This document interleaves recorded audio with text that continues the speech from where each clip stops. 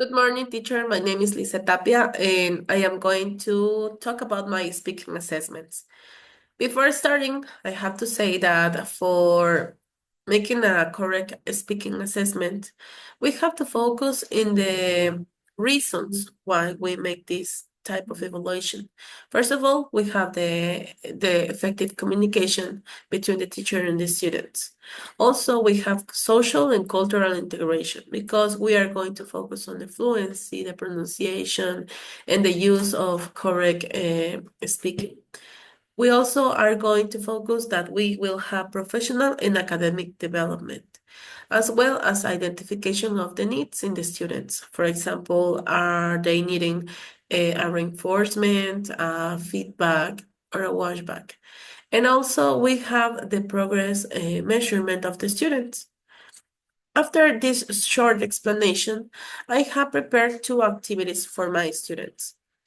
The first activity I have prepared is WH question speaking cards. For this activity, previously, obviously, we are going to have explained our students about the meaning of these words. For example, what, where, why, who, how, and how we apply it. Also, we have to explain before this the use of subject pronouns and the vocabulary we are going to check on this. So we are going to share these cards with our students and form small groups of 10 students if we have a big classroom, or groups of 5 students if the classroom is not so big.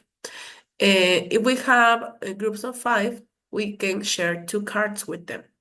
After this, we are going to ask each other's, the teacher can ask students about their peers' information. For example, who likes fish, or what is Jason's favorite dish? So they have to answer correctly about the information they gathered when they were in a meeting. The second activity I prepare is describing pictures. For this activity, I have thought, sorry, about the explanation of personal pronouns, also the use of verb be and the present continuous as a main topic. So first of all, before describing pictures, we have to remember with games the personal pronouns or subject pronouns. For example, I thought about showing pictures, flashcards about people, so students have to say the correct personal pronoun. Then the verb be with a fast guessing game. For example, saying names or showing pictures again, and they have to say Misar properly with the correct information. After all this, we are going to talk about the formation of the present continuous. And after all this, we are going to start describing pictures.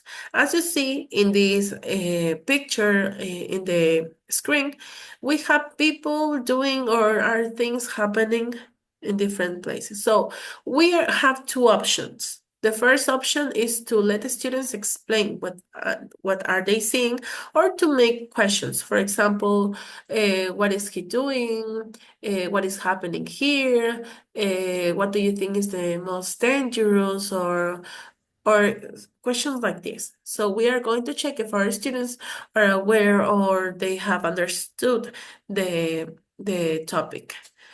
For this, we have some considerations of the evaluation. Before the assessment, we have to share the qualification rubric. The students will learn the structures to be assessed, obviously, as I mentioned. We are going to make short games to remember verb be and subject pronouns. We have to check on vocabulary to be used. And during the assessment, we have to be aware of the use of grammar and vocabulary the students use. Are these vocabulary or these words simple? Are these expressions complex?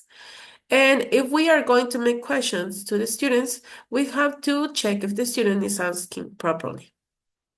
And at the end, after the assessment, we must share the rubric again to make a short feedback. to say the students what we check they have to improve on, or to make a short review again.